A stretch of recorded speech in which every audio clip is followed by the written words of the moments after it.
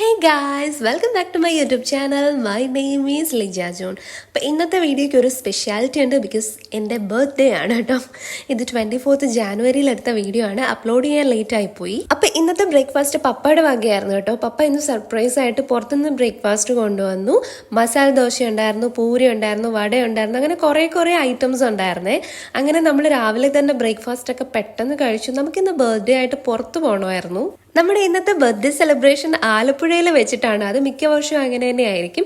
അങ്ങനെ ഞാനും അമ്മയും കൂടെ ബ്രേക്ക്ഫാസ്റ്റ് കഴിച്ചു. പപ്പ പുറത്തുനിന്ന് കഴിച്ചായിരുന്നു. കുറച്ച് കഴിഞ്ഞപ്പോഴത്തേനും നമ്മുടെ ബർത്ത്ഡേ കേക്ക് എത്തിയിട്ടുണ്ടായിരുന്നേ.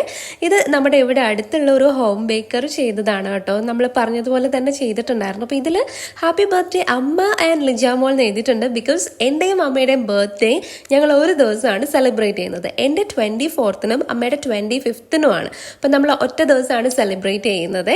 പക്ഷേ 2 ദിവസം അങ്ങോട്ടും ഇങ്ങോട്ടും വിഷ് ചെയ്യുകയൊക്കെ ചെയ്യും. 2 ദിവസം നമുക്ക് സ്പെഷ്യൽ ആയിരിക്കും. 2 ദിവസത്തെ പാർട്ടി മോഡ് തന്നെ ആയിരിക്കും നമ്മുടെ വീട്ടിൽ. ദെൻ ഫുഡൊക്കെ കഴിച്ച് ഞാൻ പോകാൻ വേണ്ടി റെഡി ആയിട്ട് വന്നപ്പോഴത്തേന് പപ്പയും അമ്മയും കൂടെ കുറച്ച് സമയം കൊണ്ട് നമ്മുടെ വീട്ടിൽ സെറ്റ് ചെയ്ത ഒരു കുഞ്ഞു പാർട്ടി ഏരിയ ആണ് ഇത്.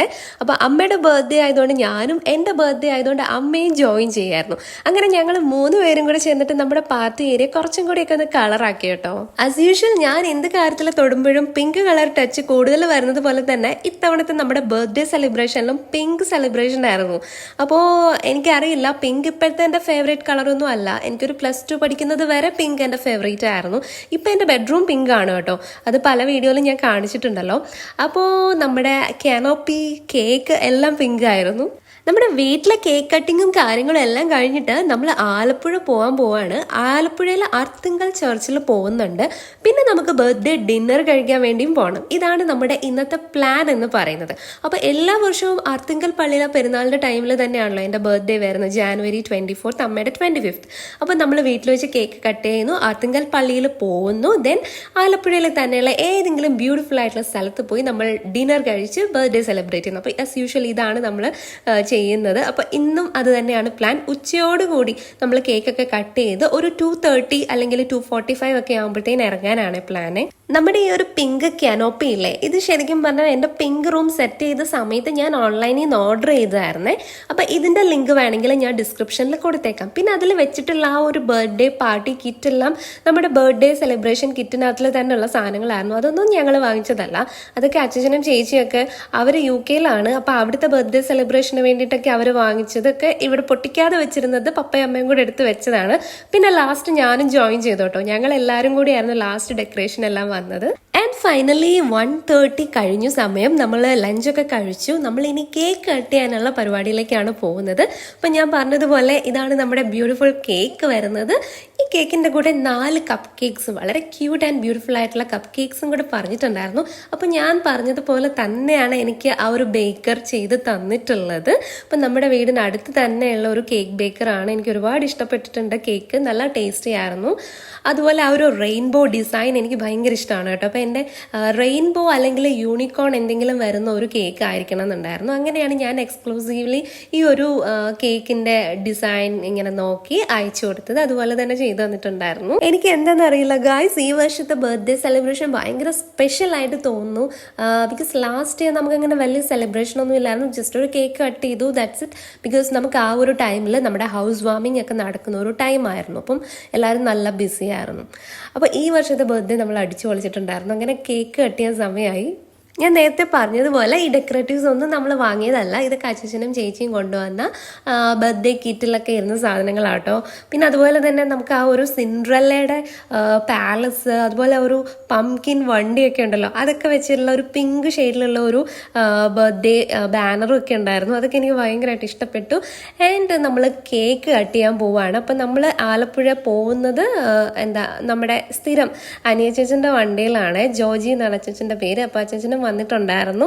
അങ്ങനെ നമ്മൾ എല്ലാവരും കൂടെ കേക്ക് കട്ട് ചെയ്യാൻ പോവാണ്. നമ്മളിവിടെ ഹാപ്പി ബർത്ത്ഡേ സോങ് ഒക്കെ വെച്ചിട്ടുണ്ട് കേട്ടോ. അപ്പോൾ എല്ലാവരും പാട്ടൊക്കെ പാടി ഭയങ്കര ചില്ലായിട്ട് നിന്നാണ് നമ്മൾ കേക്കൊക്കെ കട്ട് ചെയ്യുന്നത്. അതിനിടയ്ക്ക് എൻ്റെ അച്ഛനും വിളിച്ചിട്ടുണ്ടായിരുന്നു. അച്ഛൻ means my brother. My elder brother, അതുപോലെ ചേച്ചി ഉണ്ടായിരുന്നു. അങ്ങനെ രണ്ടുപേരും വിഷ് ചെയ്തു. പിന്നെ അതുപോലെ അതിനിടയ്ക്ക് കുറേ പേര് വിഷ് ചെയ്തിട്ടുണ്ടായിരുന്നു. അപ്പം നമ്മൾ റിപ്ലൈ കൊടുക്കാനുള്ള ടൈമില്ലായിരുന്നു, ബിക്കോസ് കഴിഞ്ഞ ദിവസങ്ങളിലൊക്കെ തിരക്കായിരുന്നു. ആൻഡ് കേക്ക് കട്ടിങ് കഴിഞ്ഞു. പിന്നെ അമ്മയുടെ ബർത്ത്ഡേ അല്ലേ, അപ്പം അമ്മയും കേക്ക് കട്ട് ചെയ്തു. അങ്ങനെ ഞങ്ങൾ രണ്ടുപേരും കേക്ക് കട്ട് ചെയ്തു. എല്ലാവരും അങ്ങോട്ടും ഇങ്ങോട്ടും കേക്കൊക്കെ ഷെയർ ചെയ്തു. അങ്ങനെ അടിപൊളിയായിരുന്നു നമ്മുടെ വീട്ടിൽ.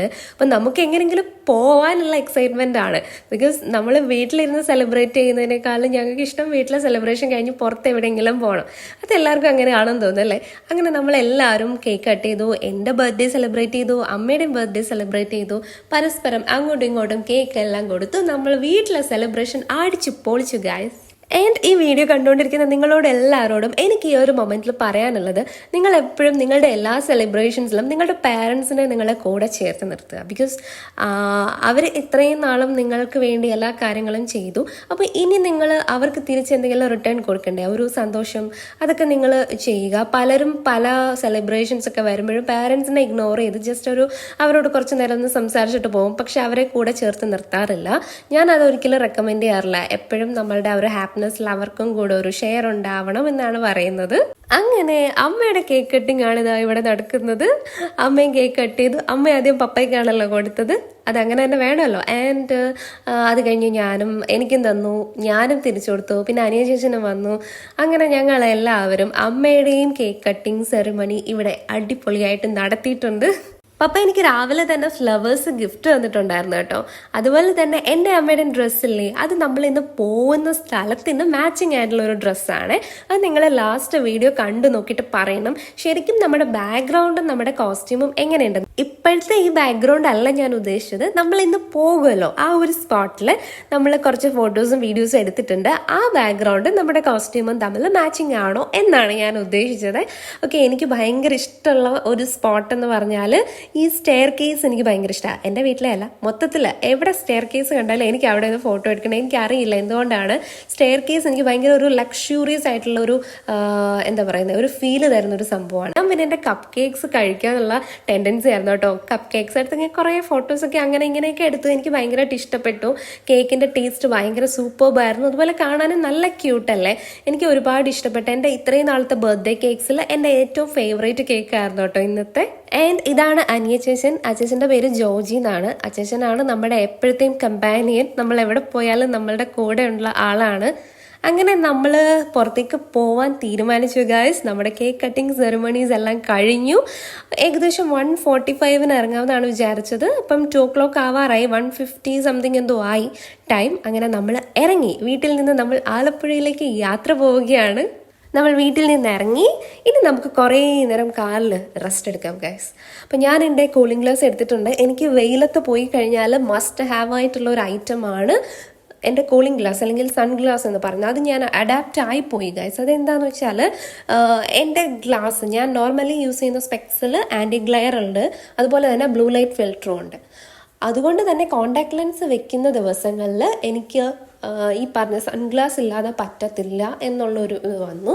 അതുകൊണ്ടാണ്. അപ്പോൾ നിങ്ങൾ സൺഗ്ലാസ് ഒക്കെ യൂസ് ചെയ്യുന്നവരാണെങ്കിൽ ഇടയ്ക്കൊക്കെ ഒരു ബ്രേക്ക് എടുക്കുക, അല്ലെങ്കിൽ അതൊരു അഡിക്ഷൻ പോലെ ആയി പോകാൻ ചാൻസ് ഉണ്ട് എന്ന് റീസെൻറ്റ് സ്റ്റഡീസ് ഒക്കെ പ്രൂവ് ചെയ്യുന്നുണ്ട്.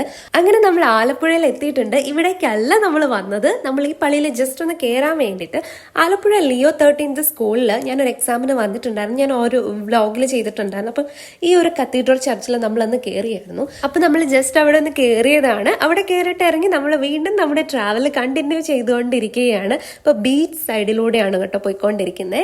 തീരദേശ ഹൈവേ അല്ല, തീരദേശ റോഡിലൂടെയാണ് പോയിക്കൊണ്ടിരിക്കുന്നത്. കുറേ ബ്യൂട്ടിഫുൾ ആയിട്ടുള്ള സ്ഥലങ്ങളുണ്ട്. അങ്ങനെ ഏകദേശം ഒരു 5:30 അടുത്തൊക്കെ ആയപ്പോഴത്തേനും നമ്മൾ ആർത്തിങ്കൽ എത്തിയിട്ടുണ്ട്. ആർത്തിങ്കൽ ചെന്ന ഒരു സ്ട്രീറ്റിലോട്ട് ചെന്നപ്പോൾ തന്നെ ഒരുപാട് തിരക്കായിരുന്നു. കുഞ്ഞു കുഞ്ഞു റാസുകൾ അവിടുന്ന് ഇവിടുന്നും ഒക്കെ ഉണ്ടായിരുന്നു. പിന്നെ നല്ല ആൾക്കാരും ഒരുപാട് തിരക്കുണ്ടായിരുന്നു. അതിനിടയ്ക്ക് ഞങ്ങളൊന്ന് ചായ കുടിക്കാനും ഒക്കെ കയറിയായിരുന്നു. അങ്ങനെ നമ്മൾ ഫൈനലി നമ്മുടെ പള്ളിയിൽ എത്തിയിരിക്കുകയാണ്. ഇനി നമ്മൾ നേർച്ച ഇടാൻ പോവാണ്. നേർച്ചയൊക്കെ ഇട്ട് നമ്മൾ പള്ളിക്കകത്ത് കുറച്ചു നേരം കയറിയിരുന്നു. വളരെ കാമായിട്ടുള്ള ആ ഒരു സ്ഥലത്ത് പ്രാർത്ഥനകളും നൊവേനയൊക്കെ നടക്കുക കേട്ടോ. ആർത്തിങ്കൽ പള്ളിയെ പറ്റി ഞാൻ പറയാതെ തന്നെ നിങ്ങൾക്ക് എല്ലാവർക്കും അറിയാമായിരിക്കുമല്ലോ. സെയിന്റ് ആൻഡ്രൂസ് ബസിലിക്ക എന്നാണ് പേരെങ്കിലും ഈ പള്ളി ഫേമസ് ആയിട്ടിരിക്കുന്നത് വിശുദ്ധ സെയിന്റ് സെബാസ്റ്റ്യന്റെ പേരിലാണ്. അപ്പം നമ്മൾ ഇനി അമ്പ് നേർച്ചയൊക്കെ എടുക്കാൻ വേണ്ടി പോവാണ്. അമ്പ് നേർച്ച എടുത്തിട്ട് നമ്മളിതാ ഈ ഒരു പ്രൊസഷന്റെ കൂടെ പള്ളിക്കകത്തിലേക്ക് കയറാൻ പോവാണ്. ആർത്തിങ്കൽ പള്ളി ഭയങ്കര ബ്യൂട്ടിഫുൾ ആയിട്ടുള്ള ഒരു പള്ളിയാണ്. ഇതിന്റെ ഫ്രണ്ടിൽ ഫുള്ള് മണലാണ്. പണ്ട് ഇവിടെയൊക്കെ ബീച്ച് ആയിരുന്നു എന്നാണ് പറയപ്പെടുന്നത്. അതുകൊണ്ട് തന്നെ ബീച്ചിലെ പോലത്തെ മണ്ണ്, കക്ക, ഷെല്ലൊക്കെയാണ് ഇവിടെ. അങ്ങനെ നമ്മൾ സെബസ്ത്യാനോസിന്റെ ഈ ഒരു അമ്പും വില്ലും നേർച്ച എടുത്തിട്ട് ഓരോരുത്തരും ഓരോ നേർച്ച അതുപോലെ നിയോഗം വെച്ചിട്ടാണ് പേയ്മെന്റ് അടച്ചിട്ട് ഈ ഒരു കാർഡല്ല അമ്പും വില്ലും കൊണ്ട് അകത്തേക്ക് ഇങ്ങനെ പോകുന്നത്. ഇനി ഇത് നമ്മൾ അകത്ത് കൊടുത്തിട്ട് അവിടെ ചെന്ന് പ്രാർത്ഥിച്ച് നേർച്ചയും വാങ്ങിയിട്ടാണ് നമ്മൾ ഇറങ്ങാൻ പോകുന്നത്. എനിക്ക് കിട്ടിയ നേർച്ചയാണ് ഇതേ. അങ്ങനെ നമ്മൾ അതിനുശേഷം പള്ളിയുടെ ബാക്കിലുള്ള കുറച്ച് കാഴ്ചകളാണ് ഇത്. ഓക്കെ, ആൻഡ് ഇവിടെ ഒരു ലാസ്റ്റ് സപ്പറിന്റെ ഒരു സ്റ്റാച്യു ഉണ്ട് കേട്ടോ, അവസാന അത്താഴം. കുറെ ഫോറിനേഴ്സ്, ഒരു ഗ്യാങ് അവിടെ വന്നിട്ടുണ്ടായിരുന്നു. ഈ കാണുന്നത് പള്ളിയുടെ സൈഡിൽ തന്നെയുള്ള ഒരു കൺഫെഷൻ ഹാളാണ്. കൺഫെഷൻ എന്ന് വെച്ചാൽ അറിയാലോ, കുമ്പസാരം. അപ്പോൾ കുമ്പസാരിക്കാൻ വേണ്ടിയിട്ട് വളരെ പ്രൈവസി ഉള്ള ഒരു ഹാളാണ്.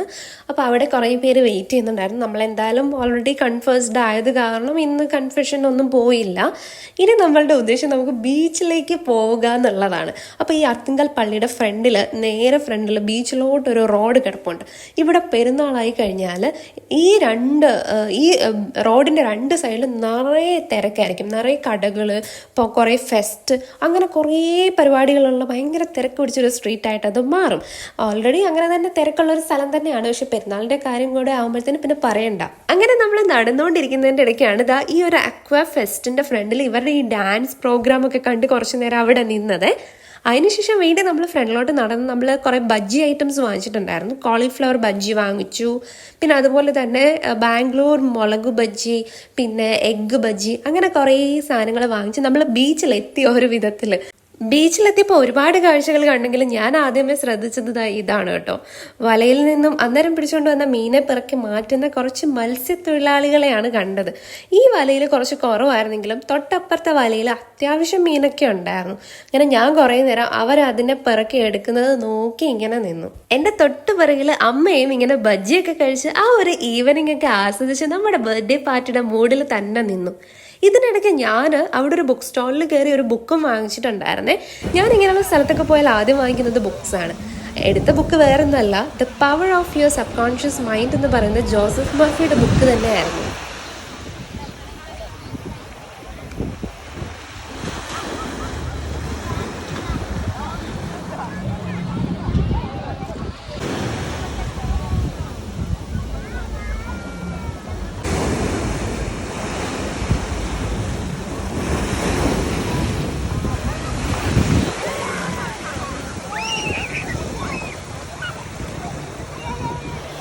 ആറ്റിങ്ങലിലെ ബീച്ച് ആലപ്പുഴ ബീച്ചിനേക്കാളും കുറച്ചുകൂടി ഹാർഷാണെന്ന് ഞാൻ കേട്ടിട്ടുണ്ട് കേട്ടോ. കുറച്ചുകൂടി റഫാണെന്ന്. അതെനിക്ക് ശരിയാണെന്ന് ഇവിടെ വരുമ്പോഴൊക്കെ തോന്നാറുണ്ട്.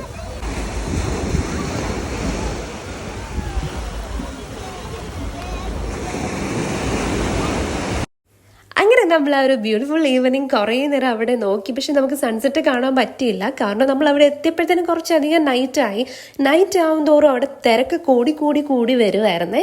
കുറേ പേരുടെ ചെരുപ്പൊക്കെ അവിടെ ഇട്ടിരുന്നത് ആ ഒരു വേവ്സിൽ ഒഴുകി പോയിട്ടുണ്ടായിരുന്നു കേട്ടോ. ഞങ്ങൾ ഓൾറെഡി നമ്മുടെ ചെരുപ്പ്, ഞങ്ങളുടേന്ന് വെച്ചാൽ എൻ്റെ മാത്രം, പപ്പയും അമ്മയും അച്ഛനും ഒന്നും ചെരുപ്പ് മാറ്റിയില്ല. ഞാൻ മാത്രം ചെരുപ്പ് അവിടെ സേഫ് ആയിട്ട് ഊരിയിട്ടിട്ടുണ്ടായിരുന്നു. അതുകൊണ്ട് കുഴപ്പമില്ലായിരുന്നു.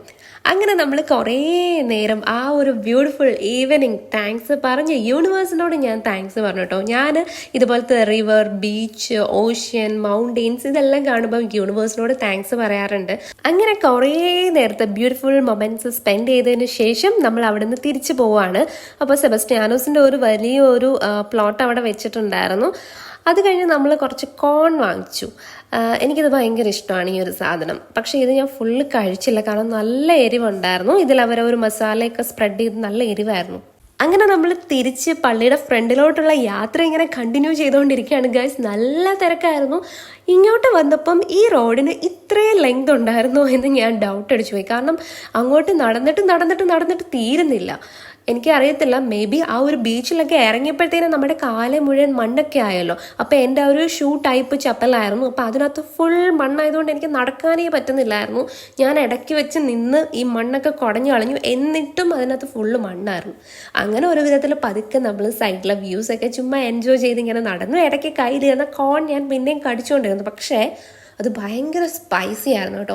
എന്തോ ഒരു ലെമൺ ജ്യൂസും പിന്നെ ചില്ലി പൗഡർ, സോൾട്ട്, അങ്ങനെ കുറേ മസാല ഐറ്റംസ് എല്ലാം മിക്സ് ചെയ്തായിരുന്നു അതിൽ തേച്ച് അവർ നമുക്ക് തന്നുകൊണ്ടിരുന്നത്.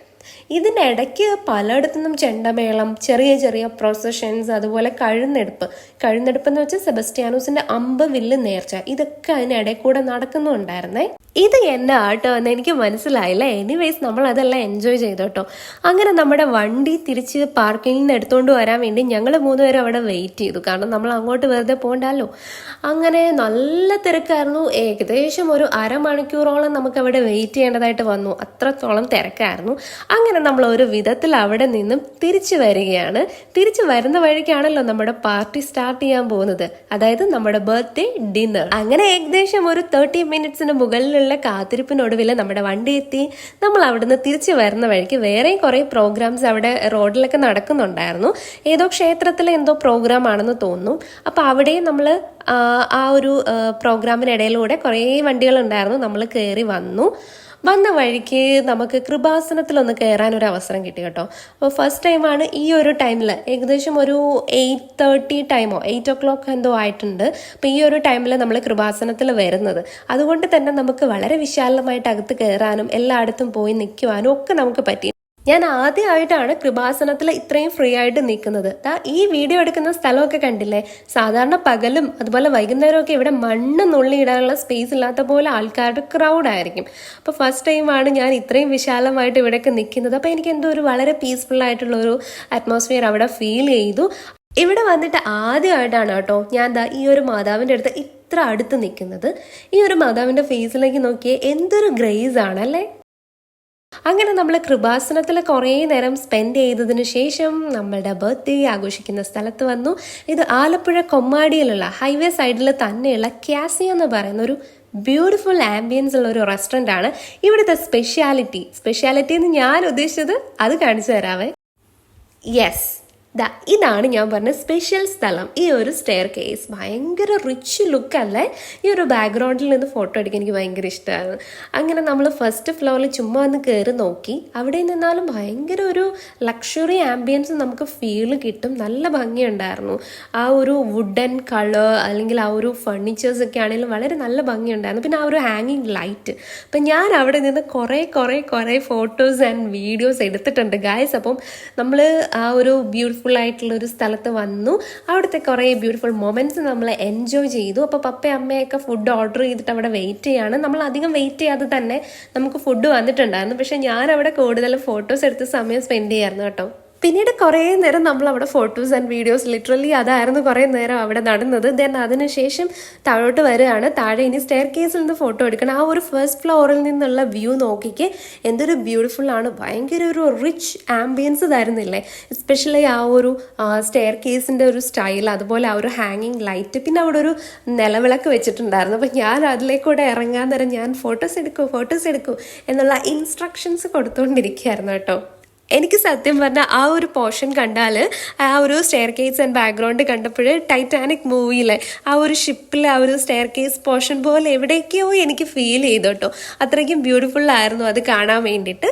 ദെൻ അത് കഴിഞ്ഞ് നമ്മൾ താഴെ വന്നു. ആ ഒരു നിലവിളക്കും കൂടി ഇൻക്ലൂഡ് ചെയ്തിട്ടുള്ള ഫോട്ടോസ് ആൻഡ് വീഡിയോ എടുക്കാൻ പോവാണ്. അപ്പം ഇതാണ് ഗൈസ് ഞാൻ ഫസ്റ്റ് പറഞ്ഞത്. എൻ്റെയും അമ്മയുടെയും കോസ്റ്റ്യൂം ഈ ഒരു ബാക്ക്ഗ്രൗണ്ടിൻ്റെ മാച്ചിങ് ആയിരുന്നു. അപ്പോൾ എനിക്കത് ഭയങ്കരമായിട്ട് ഇഷ്ടപ്പെട്ടു ആ ഒരു കോംബോ. അതുപോലെ തന്നെ അതിനുശേഷം ഞാൻ അമ്മയെ പിടിച്ച് നിർത്തി കുറേ ഫോട്ടോസ് ആൻഡ് വീഡിയോസ് എടുത്തു. അമ്മയ്ക്ക് ആദ്യം ഭയങ്കര മടിയാണ് ഇങ്ങനത്തെ ഫോട്ടോസൊക്കെ പബ്ലിക്കായിട്ട് എടുക്കാൻ വേണ്ടിയിട്ട്. എനിക്ക് ആ ഹാങ്ങിങ് ലൈറ്റ് ഒത്തിരി ഇഷ്ടപ്പെട്ടു. നമ്മൾ പണ്ട് മുതലേ കുറേ സ്ഥലത്ത് കണ്ടിട്ടുള്ളതാണ്. പക്ഷേ എങ്കിലും എനിക്കിത് എത്ര കണ്ടാലും എനിക്ക് ഇങ്ങനത്തെ ലൈറ്റ്സ് ഭയങ്കര ഇഷ്ടമാണ്. അമ്മയുടെ ബർത്ത്ഡേ ഞാൻ വിഷ് ചെയ്യാണ് കേട്ടോ. വിഷ് ചെയ്തുകൊണ്ടുള്ളൊരു വീഡിയോ എടുക്കുകയാണ്. അമ്മയുടെ കോസ്റ്റ്യൂമും ആ ഒരു ബാക്ക്ഗ്രൗണ്ടിന് നന്നായിട്ട് മാച്ച് ചെയ്യുന്നില്ലേ. എനിക്ക് എന്തായാലും ആ ഒരു ആംബിയൻസ് ഇഷ്ടപ്പെട്ടു. നമ്മളിനി ഫുഡ് കഴിക്കുകയാണ്. ബിരിയാണിയാണ് കഴിച്ചത്. ചിക്കൻ ബിരിയാണി ആയിരുന്നു. ബിരിയാണിയൊക്കെ സൂപ്പർബായിരുന്നു കേട്ടോ. നല്ല ക്വാണ്ടിറ്റി ഉണ്ടായിരുന്നു, അതുപോലെ നല്ല ക്വാളിറ്റിയും ഉണ്ടായിരുന്നു. അങ്ങനെ നമ്മുടെ ബർത്ത്ഡേ ഡിന്നർ നമ്മൾ കഴിക്കുകയാണ് ഗൈസ്. ഇന്നത്തെ ഈ ഒരു ദിവസം നമുക്ക് ഭയങ്കര ഓസമായിരുന്നു. അതുപോലെ തന്നെ നെക്സ്റ്റ് ഡേയും 25th അമ്മയുടെ ബർത്ത്ഡേ ആയിരുന്നു. അതും നമുക്ക് രണ്ടും ഒരുമിച്ചാണ് സെലിബ്രേറ്റ് ചെയ്തെങ്കിലും 2 ദിവസവും നമുക്ക് പാർട്ടി മൂഡാണ്. നെക്സ്റ്റ് ഡേ നമുക്ക് പള്ളിയിലെ പെരുന്നാളും ഒക്കെ ആയിരുന്നു. അങ്ങനെ നമുക്ക് കുറേ ഗിഫ്റ്റൊക്കെ കിട്ടിയതാണ് ഇതായി കാണുന്നത്. അങ്ങനെ നമ്മൾ വീട്ടിലെത്തി. രാത്രി ഒത്തിരി സമയം കഴിഞ്ഞു. ഏകദേശം 12 മണി അടുത്താവാറായി. അതിനുശേഷം ഞാൻ അമ്മയും കൂടെ ഞങ്ങളെല്ലാവരും വിഷ് ചെയ്തു. വീട്ടിലെത്തിയപ്പം സാറ്റേൺ ആണോ ജൂപ്പിറ്റർ ആണോ എന്നറിയില്ല, ഏതൊരു പ്ലാനറ്റിന്